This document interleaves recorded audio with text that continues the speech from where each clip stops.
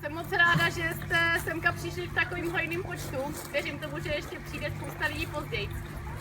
Chtěla bych s váma nějak začít naše oficiální zahájení nebo otevření tady našeho berounského kinologického centra, což jak můžete vidět je půlplac a naše kinologická hala. Vypadá to, že je jenom agilitácká, ale je samozřejmě jakoby pro všechny kinologické sporty. Já bych vás nechtěla zahltit jakoby všema informacemi hned na začátku, protože samozřejmě budeme mít webové stránky, kde se všechno dočtete. Samozřejmě pro ty, co si budou chtít pronajmout areál, ať už halu nebo venkovní plac, tak budeme mít rezervační systém, který bude k dispozici pro všechny. Tam si prostě jenom kliknete hodinu, kterou budete chtít, objednáte si a můžete si semka chodit cvičit.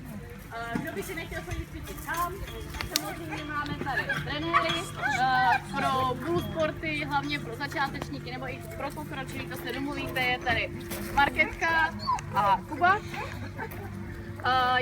Já tady budu zastupovat tréninky agility, samozřejmě tady nebudu jediný trenér, ale jsem tady takový místní trenér, berouňácký. Takže pokud byste se chtěli domluvit na nějaký tréninky, tak je možný rovnou tady přímo s náma, my vám řekneme, kdy cvičíme, jak cvičíme. Já bych ještě chtěla tady říct, že ten nejdůležitější člověk, díky kterému tady je tady Tomáš.